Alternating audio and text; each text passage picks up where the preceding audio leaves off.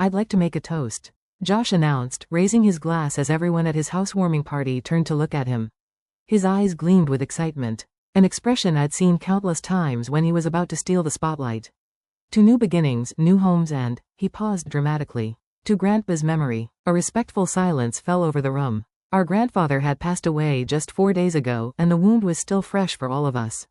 I raised my glass along with everyone else, quietly honoring the man who had meant so much to me. "Speaking of Grandpa," Josh continued, setting his drink down on the coffee table, "I have an announcement to make." I watched as he reached into his pocket and pulled out an envelope, slightly worn at the edges. My heart skipped a beat. There was something about the way he glanced at me that made me uneasy. "Before he died, Grandpa gave me this letter," Josh said, his voice carrying across the living room of his new Denver home. "He wanted me to have his vacation home by the lake, the place we all loved his kids." The room erupted in surprised murmurs and congratulations. My parents beamed with pride, while Josh's girlfriend Teresa clapped excitedly. My cousin Jenna shot me a confused look from across the room. She knew how close Grandpa and I had been. I sat stunned, unable to process what I was hearing. The lakeside cabin was Grandpa's most cherished possession. It was also the place where I had spent nearly every weekend for the past 3 years, helping him maintain the property, listening to his stories, and simply enjoying his company. Josh, on the other hand, had visited maybe twice in the last 5 years, always complaining about the lack of Wi-Fi and nothing to do. But more importantly, Grandpa had given me a small wooden box 3 weeks ago, making me promise not to open it until the time was right. Inside was a notarized deed transferring ownership of the vacation home to me. He had already given me the property. It wasn't even part of his estate. As Josh unfolded the letter and began to read what were supposedly Grandpa's wishes, I studied his face. Was he lying? Did he know about the deed? Had Grandpa somehow changed his mind without telling me? "That's great. Good for you, Josh," I managed to say with a forced smile, though my mind was racing. I needed to get home and check the documents in that wooden box right away. I quietly excused myself, saying I needed to use the bathroom, and slipped away from the celebration. As I closed the bathroom door behind me, I leaned against it and took a deep breath. The letter Josh had shown everyone didn't make sense. Grandpa's handwriting had become increasingly shaky in his final months due to arthritis, but the signature I glimpsed looked suspiciously smooth and confident. My phone buzzed with a text from Jenna. "You okay?" That was weird. Josh never even cared about the cabin. I texted Jenna back. "Need to check something at home. Can you cover for me? Say I got called into work?" Within minutes she had made my excuses to the family, and I slipped out the back door while everyone was still fawning over Josh's inheritance. The drive to my apartment felt surreal. Streetlights blurred as memories of Grandpa flooded my mind, teaching me to fish off the dock, pointing out constellations in the clear mountain sky, laughing at my terrible attempts to skip stones across the lake. The vacation home wasn't just property. It was where our most precious memories lived. It was our special place, where Grandpa had taught me about resilience, patience, and finding joy in simple things. Josh had never shown any interest in those lessons or the cabin itself. His announcement felt like a violation of something sacred. As soon as I got home, I went straight to my closet and retrieved the wooden box Grandpa had given me. It was his old cigar box, worn smooth with age, the cedar still fragrant when opened. "Don't open this until you need to know the truth," he'd told me. His eyes crinkling with that familiar wisdom that suggested he knew more than he was saying. My hands trembled as I lifted the lid. Inside lay several neatly folded documents, a sealed envelope with my name written on it, and a small brass key I recognized immediately. It opened the antique roll-top desk in Grandpa's study at the cabin. I unfolded the top document and gasped. It was exactly as I remembered, a notarized deed transferring ownership of the vacation home to me, dated 6 months ago. Alongside it was a letter in Grandpa's unmistakably shaky handwriting. "My dearest Jules," it began. "By the time you read this, I'll likely be gone. I've decided to give you the cabin while I'm still alive to avoid any complications. You're the only one who truly loved this place as much as I did. Your brother never showed interest except when he needed a place to host parties when I wasn't around." Tears blurred my vision as I continued reading. "I know your brother might contest this, which is why I've had everything properly notarized and filed. There's a copy with my lawyer, Harold Thompson. The cabin is legally yours already. This isn't part of my will or estate. I trust you to honor the spirit of our special place." I sat back, stunned. Josh had lied. He'd fabricated a letter, knowing full well Grandpa had already given the property to me. The audacity was breathtaking, even for him. My phone buzzed with messages from my parents, asking where I'd gone. Josh had texted too. Nice disappearing act. Don't worry, you can still visit the cabin if you ask nicely. That's when I knew what I had to do. I wouldn't confront him by a text or phone. No, this called for something more direct. I gathered the documents, tucked them back into the box and checked the time. The party would still be going for a couple more hours. I wiped my tears, took a deep breath and headed back to my car. It was time for the truth to come out. The drive back to Josh's house gave me time to think. I wasn't going to cause a scene. That wasn't my style, and certainly not what Grandpa would have wanted. He'd always told me, when you have truth on your side, Jules, you don't need to shout it from the rooftops. The quiet truth hits harder than any loud lie. I parked a block away from Josh's house, the wooden box secure on the passenger seat beside me. For a moment I just sat there, gathering my courage. I thought about all the weekends I'd spent with Grandpa at the cabin while Josh was too busy to visit. I remembered how Grandpa's face would light up when I arrived, how we'd spend hours talking about everything and nothing on the porch swing. "What would you do, Grandpa?" I whispered, running my fingers over the box's smooth surface. The answer came almost immediately in my mind. The right thing, with grace. I decided not to go back into the party right away. Instead I texted Jenna, "How many people are still there?" She replied quickly, "Just family now. Most guests left after dinner." "You coming back?" This was perfect. I didn't want a crowd for what I needed to do. I took the box and walked the short distance to Josh's front door. When I knocked, it was Josh himself who answered, his expression shifting from surprise to wariness. "Work emergency over already?" he asked, his tone suggesting he didn't believe there had been one in the first place. "We need to talk, Josh," I said calmly, stepping past him into the house.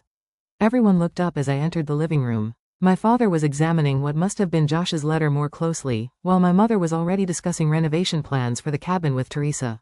Jenna sat quietly in the corner, watching the scene with obvious discomfort.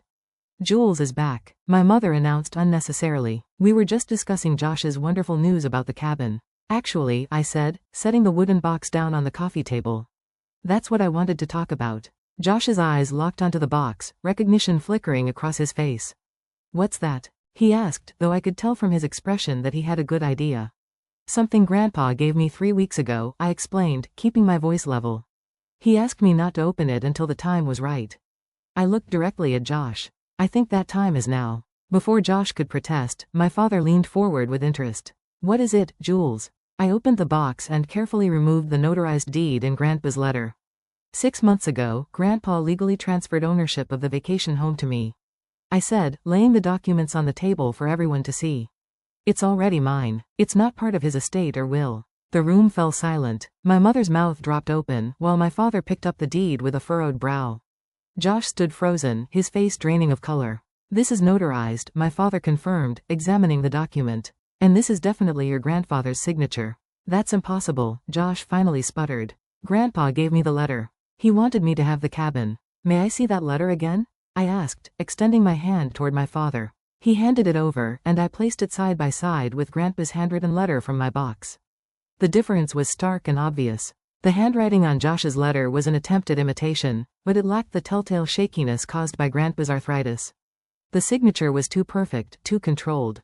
"Josh," my mother said slowly, her voice barely above a whisper. "Did you forge this letter?" His silence was answer enough. Josh's silence stretched uncomfortably before he finally broke it, his voice a mixture of defiance and desperation. "You don't understand. It's not fair that she gets everything." "Everything?" I echoed, genuinely confused. "What are you talking about?" "You were always Grandpa's favorite," Josh said, his words rushing out like water through a broken dam. "Always visiting him, always helping him, always the perfect grandchild. The rest of us barely got a look in." My father cleared his throat, clearly uncomfortable with the direction the conversation had taken. "Josh, regardless of how you feel, forging your grandfather's signature is serious." "Let me see those," my mother interjected, reaching for both letters. She compared them side by side, her expression shifting from disbelief to disappointment. "Oh, Josh," she sighed, "how could you do this?" Teresa slowly stood up, her face pale. "I think I should go," she murmured, avoiding Josh's pleading look as she gathered her purse and headed for the door. "Wait, Teresa, this isn't what it looks like," Josh called after her, but she was already gone, the front door closing firmly behind her. The room fell silent again. Jenna caught my eye and gave me a small supportive nod. She had always seen through Josh's antics, even when our parents couldn't. "I don't understand," my father said finally, turning to Josh. "Why would you announce something like this without even checking if it was true? The will reading isn't until next week." Josh's face flushed with anger and embarrassment. I found out about the deed, he admitted. I was at Grandpa's lawyer's office last week, asking about the estate. And Thompson mentioned that the cabin wasn't part of it because it had already been taken care of.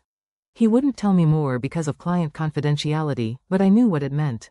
I thought if I announced it first, maybe. Maybe what? My mother pressed. Maybe Jules would just let you have it? Maybe everyone would believe me instead of her for once. Josh snapped, his voice rising. Maybe I could have something that mattered to Grandpa too. His words hung in the air, revealing a jealousy deeper than I had realized. I felt a twinge of sympathy, despite everything. Had he really felt that excluded from Grandpa's life? Josh, I said quietly. Grandpa invited you to the cabin countless times. You always said you were too busy. Because I felt like an intruder, he shot back. By the time I realized what I was missing, it was too late. You two had your special bond, your inside jokes, your traditions.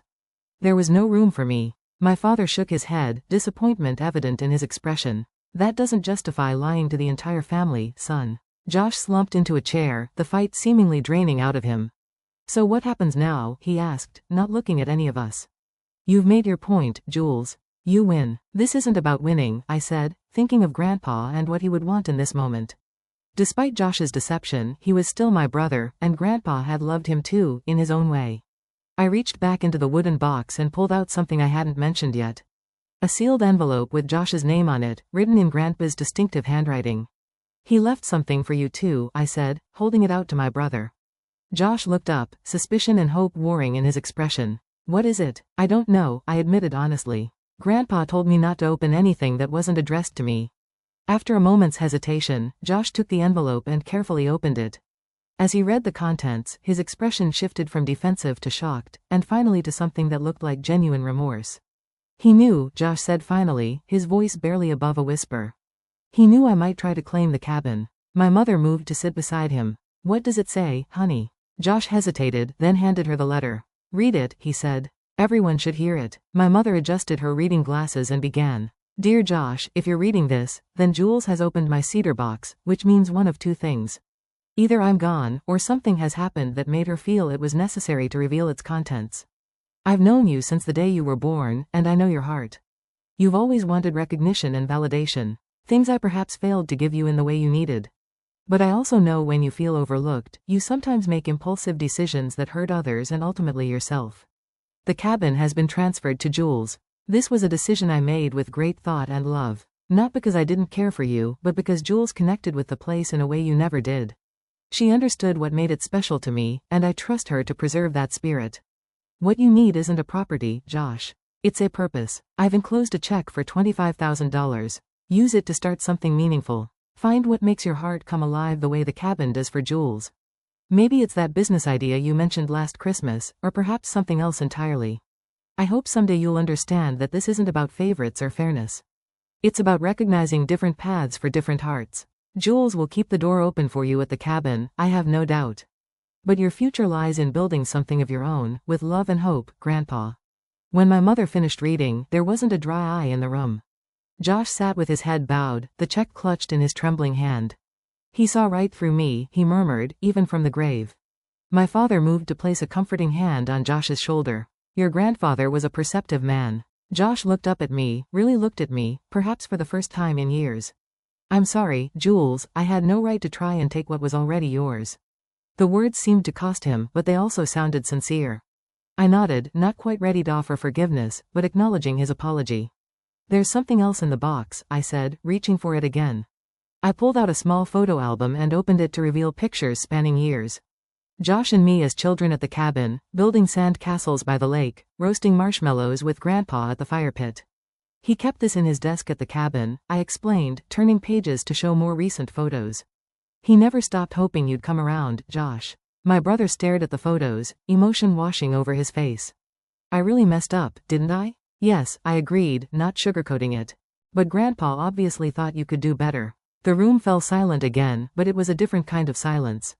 Contemplative rather than tense, sad rather than angry. The evening had taken a turn none of us had expected, laying bare years of complicated feelings and unspoken resentments. Jenna, who had been watching silently, finally spoke up. So, what happens now? It was the question hanging in the air for all of us. What do you do after a moment of painful truth? How do you move forward from betrayal and revelation? I closed the wooden box, feeling the weight of responsibility Grandpa had placed on me. Not just for the cabin, but perhaps for healing our family too. Now, I said quietly, we try to honor what Grandpa wanted for both of us. The gathering broke up soon after. My parents left with concerned glances back at Josh, clearly torn between disappointment in his actions and worry for his well-being. Jenna gave me a quick hug before heading out whispering, "Call me tomorrow." And then it was just Josh and me in his new house, the celebratory atmosphere completely evaporated. Josh moved around his kitchen mechanically, making coffee neither of us really wanted. The silence between us felt heavy with all the years of competition and misunderstanding. "I didn't plan it," he said finally, setting a mug in front of me. "The forgery, I mean. When I found out about the deed, I was angry, hurt. I made the letter that same night, not really thinking I'd use it." "Then why did you?" I asked, wrapping my hands around the warm mug. Josh stared into his coffee as if it might hold answers. "When everyone was here tonight celebrating my new house, I wanted more, something bigger to announce, it just came out." He looked up, his expression vulnerable in a way I rarely saw. "I've always been jealous of what you had with Grandpa. You could have had it too," I pointed out, not unkindly. "He wanted that. I know that now," Josh admitted, "but I was too proud, too stubborn to see it then." He hesitated, then asked, "What are you going to do with the cabin?" It was the question I'd been asking myself since Grandpa had given me the deed 6 months ago. "Keep it as it is, mostly. It needs some repairs, but I don't want to change its character." Josh nodded, looking relieved. "That's good. It should stay the way Grandpa loved it." I studied my brother. This person I'd grown up with but sometimes felt I barely knew. "You're welcome there, anytime." His eyes widened slightly in surprise. "Even after what I did?" "The cabin was meant to bring family together, not drive us apart," I said, echoing what I believed Grandpa would have wanted. "That doesn't mean I'm not still angry or that I trust you completely right now, but the door is open." Josh seemed to understand the qualified olive branch for what it was. "Thank you." We sat in silence for a few more minutes, sipping coffee that had already gone cold. The night had been exhausting, emotionally and physically, and there was still much to process. "I should go," I said finally, standing up. "It's been a long night." Josh walked me to the door. Before I left he asked, "Do you think Grandpa knew this would happen?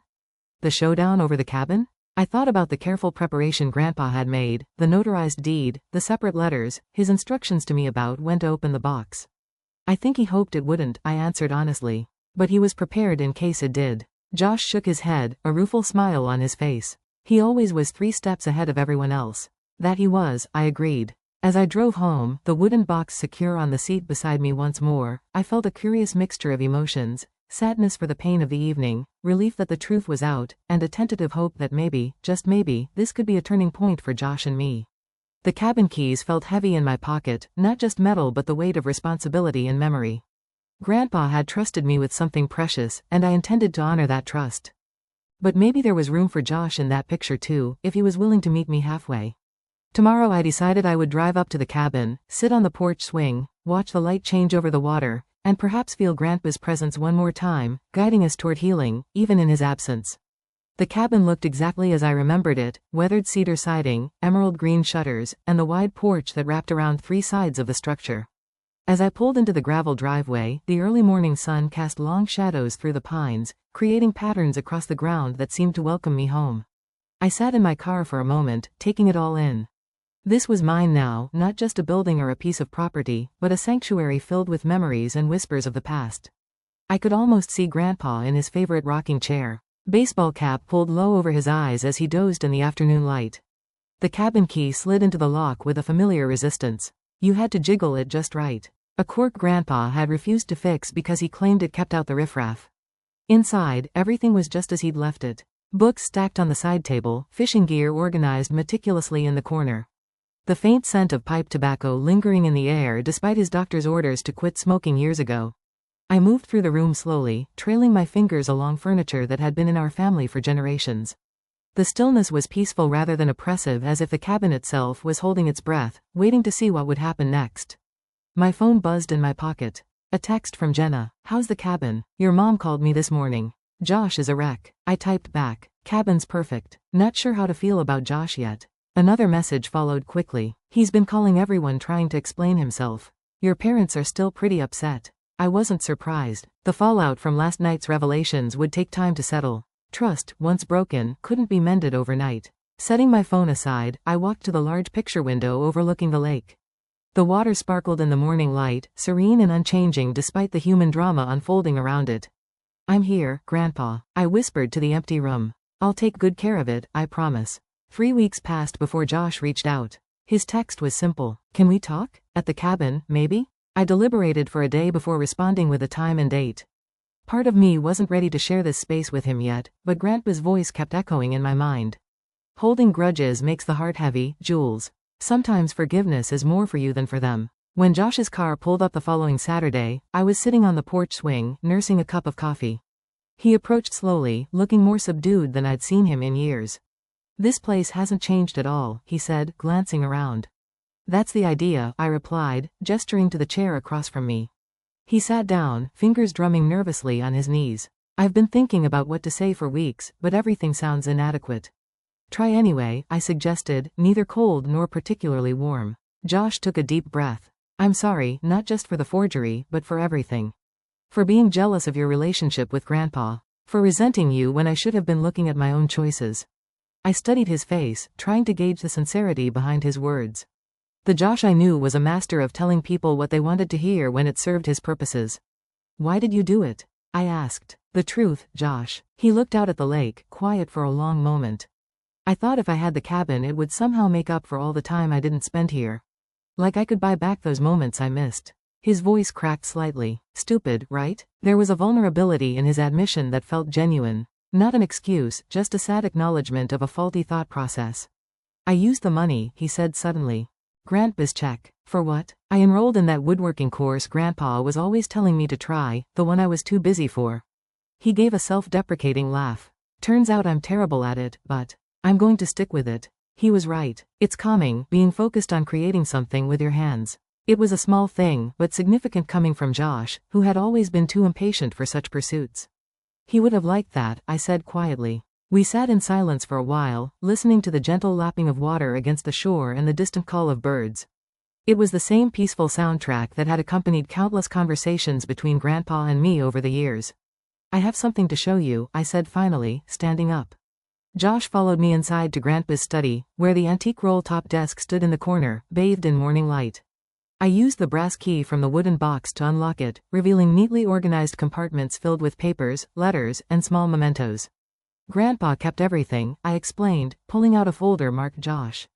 Inside were newspaper clippings of Josh's high school debate championship, photos of his college graduation, and even a printout of the web page announcing his promotion last year. "He was proud of you," I said softly. "He just showed it differently than you wanted." Josh's fingers trembled slightly as he paged through the collection. I had no idea he kept track of all this. "There's a folder for each family member," I explained. He called it his brag book. Josh looked up, his eyes glistening. "I really messed up, didn't I?" "Yes," I agreed, not sugarcoating it. "But Grandpa believed in second chances, so do I." I pulled out a calendar from my bag and handed it to him. "I've marked weekends when I'll be up here for maintenance and bigger projects. I could use an extra pair of hands, even terrible woodworking ones." A smile tugged at his lips. "Really? The cabin was meant to bring family together, not drive us apart," I said. "That's what Grandpa wanted." Later that afternoon, we sat on the end of the dock, feet dangling in the cool water. Josh pitched ideas for renovating the boathouse while I sketched possibilities in a notebook. "You know," Josh said, looking out across the water, "I think Grandpa knew exactly what he was doing, giving you this place." "What do you mean?" "You didn't just inherit a cabin," he said thoughtfully. "You inherited his role, keeping the family connected to what matters." As the sun began its descent behind the mountains, casting golden reflections across the lake, I realized Grandpa had given me more than property. He'd given me the chance to heal old wounds and forge new connections. Starting with the brother I'd almost lost to resentment and pride. Thank you for watching.